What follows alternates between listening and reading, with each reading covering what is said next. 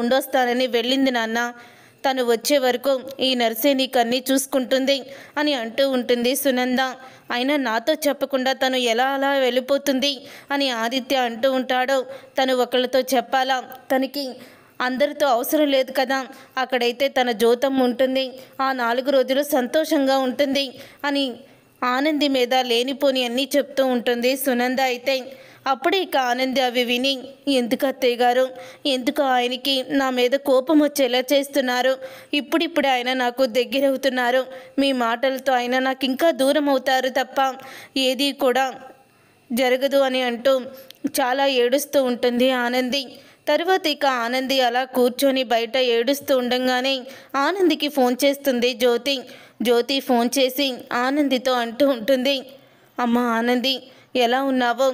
నేను ఆశ్రమంలో జరిగింది తెలుసుకున్నాను అని అంటూ ఉంటుంది జ్యోతి. జ్యోతమ్మ, ఇలా జరుగుతుందని అస్సలు అనుకోలేదు.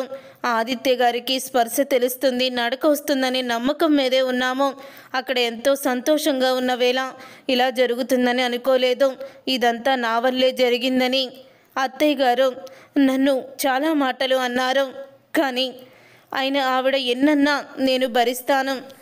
నన్ను ఆయన దగ్గరికి కూడా వెళ్ళనివ్వడం లేదు అని కుట్టి అయితే జ్యోతి దగ్గర బాధపడుతూ ఉంటుంది. అప్పుడే ఇక జ్యోతి అయితే, నువ్వు నా కోసం ఆ నరకంలోకి వెళ్ళావు. ఎందుకు ఆనంది ఇలా చేశావు? నేను జైలు శిక్షను అనుభవించేదాన్ని. నువ్వు ఇలా బాధపడుతూ ఉంటే నేను చూసి తట్టుకోలేకపోతున్నాను అని అంటూ ఉంటుంది జ్యోతి. అప్పుడే ఇక ఆనంది అయితే, బాధపడకు జ్యోతమ్మ, ఏమీ అవదులే. 2 రోజులుంటే అత్తయ్య గారి కోపం కూడా పోతుంది. అప్పుడు నేను మళ్ళీ నీకు హ్యాపీగా ఉన్నానని ఫోన్ చేస్తాను. కానీ ఆశ్రమంలో ఇలా జరిగిందని అసలు నాయనికి అమ్మకి మాత్రం తెలియకూడదు. ఎందుకంటే వాళ్ళు చాలా బాధపడతారు. నాయనికి నా మీద ఎంతో కోపం ఉన్నా మనసులో మాత్రం నాకంతా మంచే జరగాలని కోరుకుంటున్నాడు. అలాంటప్పుడు ఈ పరిస్థితి వచ్చిందని తెలిస్తే అస్సలు కూడా తట్టుకోలేడు అని అంటూ ఉంటుంది ఆనంది. అప్పుడే ఇక నువ్వు చెప్పింది కరెక్టే, కానీ ఇప్పుడు ఏం చెప్పాలో, పద్మ ఎదురైతే ఏమని చెప్పాలో నాకేమీ అర్థం కావడం లేదు అని జ్యోతి అయితే అంటూ ఉంటుంది. మీరేమీ బాధపడకండి జ్యోతమ్మ, అన్నీ కూడా సవ్యంగానే జరుగుతాయి. శివయ్య ఎందుకో నన్ను పరీక్షిస్తున్నాడు. శివయ్య ఎన్ని రోజులు పరీక్షిస్తాడో చూస్తాను అని అంటూ ఫోన్ పెట్టేస్తుంది ఆనంది. అయితే ఇక ఆనంది అలా బాధపడడం చూసిన శేఖర్ అయితే ఆదిత్య దగ్గరికి వెళ్తాడు. భోజనం చేసావా నాన్న అని అడుగుతూ ఉంటాడు. అప్పుడే ఇక శేఖర్తో ఆదిత్య అయితే అంటూ ఉంటాడు, ఆనంది నాకు చెప్పకుండా తన పుట్టింటికి వెళ్ళడం ఏంటి నాన్న అని అంటూ ఉంటాడు తన తండ్రితో. అప్పుడే శేఖర్ అయితే, ఆనంది ఎక్కడికి వెళ్ళలేదు ఆదిత్య, తను ఇంట్లోనే ఉంది అని శేఖర్ అనేసరికి ఒక్కసారి ఆదిత్య షాక్ అయిపోతూ ఉంటాడు. అదేంటి మరి అమ్మ ఆనంది పుట్టింటికి వెళ్ళిందని నీకు చెప్పాల్సిన అవసరం ఏముందని తన గురించి బ్యాడ్గా చెప్పింది అని ఆదిత్య అంటూ ఉంటాడు. అప్పుడే ఇక శేఖర్ అయితే, మీ అమ్మ కోపం అలాంటిది, ఆనంది వల్లే నీకు అలా జరిగిందని, అందుకని ఆనందిని నీకు దూరం పెడుతుంది. ఆనంది పాపం నీకు దూరం అయ్యి తను ఎంతో కుమిలిపోతుంది. నీ కళ్ళెదురుకు కూడా రాకూడదు, వస్తే మాత్రం ఊరుకోనని వార్నింగ్ ఇచ్చింది మీ అమ్మ.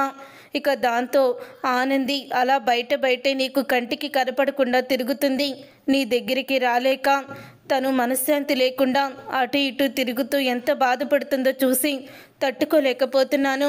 నువ్వు ఆనంది ఆనంది అని పిలిచినప్పుడల్లా తను గుమ్మం బయటే ఉండి ఆ పిలుపు విని వస్తున్నానండి అని లోపలికి కూడా రాలేని పరిస్థితి అయిపోయింది ఆనందిది అని అంటూ ఉంటే ఆ మాట విని ఒక్కసారి షాక్ అయిపోతూ ఉంటాడు ఆదిత్య. అప్పుడే ఇక డాడ్ నన్ను బయటికి తీసుకువెళ్ళండి, నన్ను ఆనంది దగ్గరికి తీసుకువెళ్ళండి అని అంటూ ఉంటాడు. అప్పుడే శేఖర్ అయితే ఇక ఆనంది దగ్గరికి తీసుకువెళ్తాడు. అలా ఆనంది దగ్గరికి తీసుకువెళ్ళిన తర్వాత అప్పుడే ఆనందితో ఆదిత్య అంటూ ఉంటాడు, మా అమ్మ కోపంలో అంటే నువ్వు నా దగ్గరికి రాకుండా ఉంటావా, అసలు ఏమనుకుంటున్నావు నువ్వు అని అంటూ ఉంటాడు. అప్పుడే ఇక ఆనంది అయితే, నా వల్లే కదా ఇలా జరిగింది, అత్తయ్య గారు నాకు శిక్ష విధించడం కరెక్టే అని నేను అనుకున్నాను అని అంటూ ఉంటుంది ఆనంది.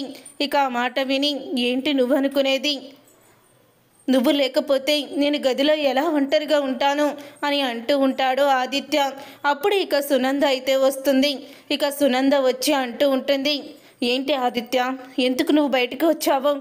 అయినా నిన్ను ఆదిత్యకి కంట పడొద్దని చెప్పాను కదా అని సునంద అంటూ ఉంటే, ఏంటమ్మా ఇదంతా, తనని ఎందుకు అంటున్నావు అని అనగానే, తన వల్లే కదరా నీకు ఈ పరిస్థితి వచ్చింది అని అంటూ ఉంటుంది సునంద. తన వల్ల కాదు, తను కరెక్ట్గానే ఉంది, కానీ నాకే తెలియకుండా ఇలా జరిగింది. తనలో తప్పేముంది? ఎక్కడ ఏదో పొరపాటు జరిగితే తను పొరపాటు చేసిందని ఎలా అనుకుంటారు? తను నన్ను ఎంతో బాగా చూసుకుంది, తనేంటో నాకు బాగా తెలుసు. అయినా తను నా గదిలోకి రాకూడదని అనడం ఏంటి మమ్మీ? తను నా భార్య, నా భార్య నా దగ్గర ఉండాలి. నా భార్య నా దగ్గర కాకుండా ఎక్కడ ఉంటుంది? ఆ రోజు తన మెడలో తాళి కట్టమన్నారు, తన ఇంటి పరువుని నిలబెట్టిందని ఆకాశానికి ఎత్తేశారు. మరి ఇప్పుడేంటి ఇలా మాట్లాడుతున్నారు అని ఆదిత్య అంటూ ఉంటాడు. ఎవరు అవునన్నా కాదన్నా తను నా గదిలోనే ఉంటుంది. ఒకవేళ తనని నాకు దూరం చెయ్యాలనుకుంటే మాత్రం నేను ఊరుకునే ప్రసక్తే లేదు.